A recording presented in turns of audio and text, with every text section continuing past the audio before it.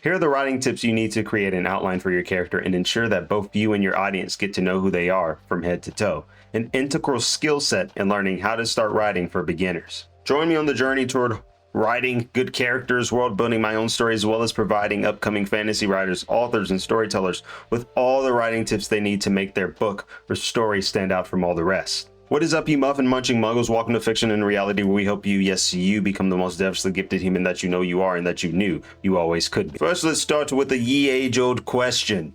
What is a character outline? It is a map to destiny. Well, it's a detailed description of a fictional character encompassing their backstory, personality, physical traits, and other important aspects that influence their behavior and motivations. It's used by writers to help maintain continuity throughout the character's arc of growth and development and add depth to the character as well.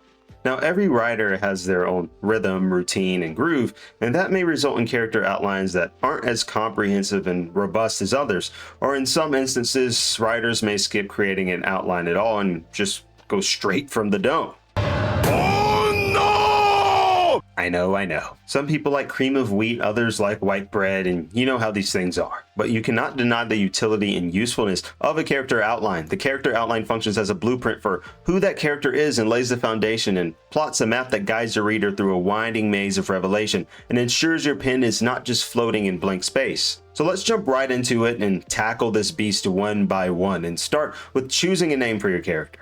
You see, choosing a name for your character is a vital, integral part of their identity and persona. You don't want to muck it up by naming them something like Facebook or colon or worse, Olive Garden, Death's three-pronged cocktail.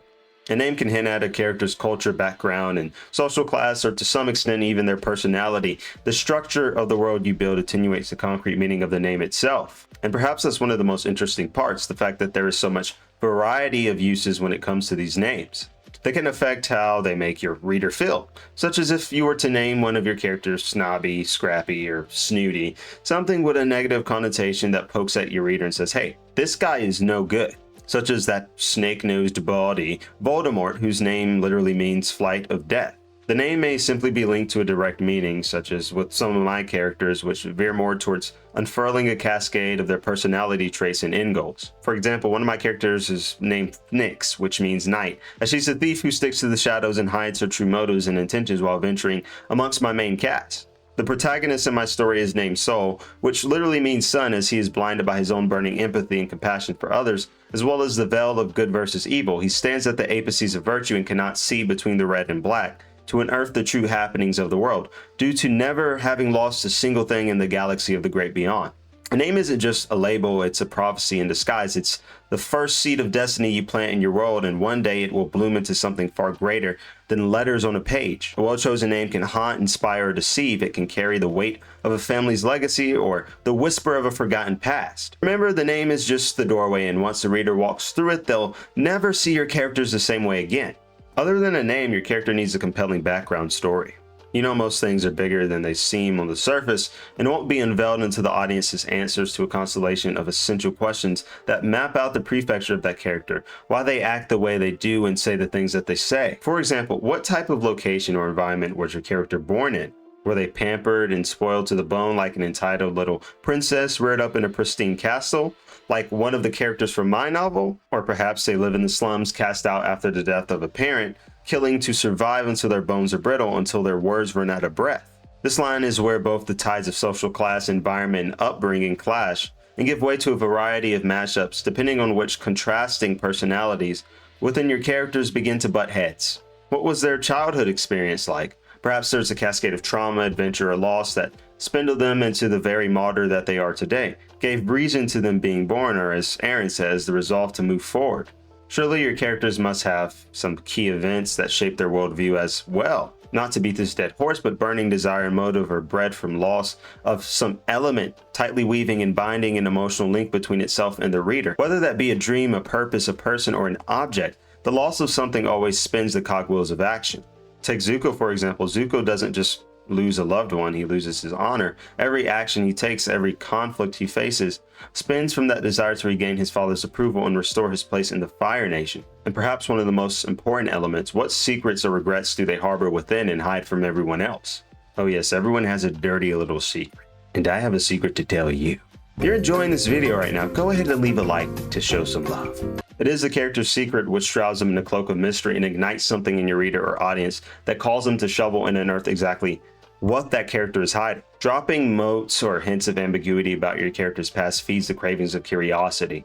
A rule I always tend to abide by is to never tell my reader or audience everything about my character up front, but just what they need to know in correlation with the plot at given points in your story. In some instances, you may even foreshadow by dropping in slick hints in between dialogue or expressing it through action, such as with Itachi, whose narrative on the surface cloaked us in a linear sphere of subjectivity, leading the audience to think he was a crazed monster who killed his entire clan just because he could and wanted to steal Sasuke's eyes to reach a heightened level of mastery. Understand that a character's background isn't just backstory, it's the soil from which their choices, flaws, and motives grow. By outlining where they've come from, you give depth to where they're going, and every action they take feels earned and authentic. The stronger their roots, the more powerful their journey, and the more your readers will believe in the world you've built.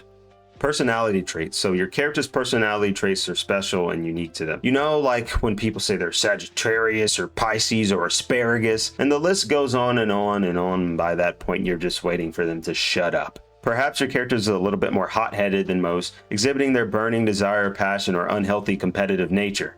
Maybe they're high-functioning intellectually, but have major reservations about their potential to awaken their skill set to maximum efficiency. Whatever it is, the world surrounding them is likely to place crushing pressures on these characters, forcing them to adapt to the atmosphere and lean in to the strongest aspects of their personalities when the moment arrives. Sometimes that means them betraying other comrades to save their own skin, in other instances pursuing a vigilante justice, regardless of the societal pressures at large, to remain glued to their crescendo of morality. More than the characters within your story, the personality traits of a character also have a potent effect on how the reader and audience perceive the character's aura, and whether or not it leaves honey-sweet notes or a sour taste brewing in their mouth. Your character needs goals, something to feed their ambitions. Feast mode activated. #hungry. FeedMeMore.com. Now, goals are the engine that powers your character's journey, that give your character a reason to act, to struggle, and to grow. Without a clear goal, a character drifts aimlessly through the plot, reacting rather than driving the story forward. A well-crafted goal creates urgency and stakes. It pushes your character into conflict, forces them to make difficult choices, and exposes their strengths and flaws along the way. Whether the goal is external, like reclaiming a throne or saving a loved one, or internal, like earning forgiveness or finding self-worth, it anchors the character's decisions and makes their actions meaningful. Even better, when a goal is threatened or denied, it creates tension and propels change, because a character's pursuit of a goal isn't just about achieving it, it's about what they're willing to sacrifice, compromise, or become in the process. Outlining your character's goals early helps ensure that every step they take is connected to something deeper, transforming them from a flat figure into a fully realized person the reader can root for or fear. Every character must have their battles. You must outline both internal and external conflicts to understand the intrinsic and extrinsic battles that will ultimately shape the decisions your character makes. Conflict is what transforms a character from static to dynamic. It forces them to struggle, adapt, question, and evolve. Internal conflicts are the wars waged within, doubts, fears, guilt, and desires that clash with their morals or beliefs. Such as one of fiction's favorite psychopaths, like Yagami, and his conflict between his twisted sense of justice and God complex, which leads him spiraling on a killing spree. External conflicts are the forces pressing against them from the outside: enemies, society, natural disasters, oppressive systems, or even friends who stand in the way. By outlining both, you gain a complete map of what pushes and pulls your character through the story.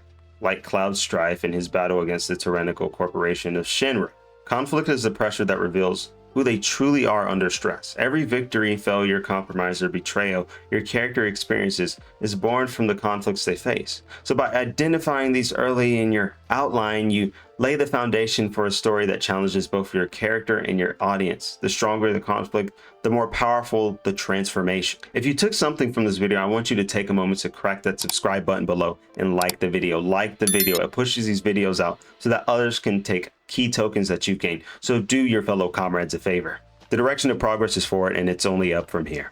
I will leave a link to my socials in the description below. If you want more info on how to improve your story, feel free to check out some of my other videos by clicking, well, right here. Writers, world builders, and storytellers aiming to perfect writing techniques and enhance their storytelling and world building are all welcome. And remember, if ever you're lost in a forest of words, strip your mind from fantasy and look to the window of the world, and there your mind will run free.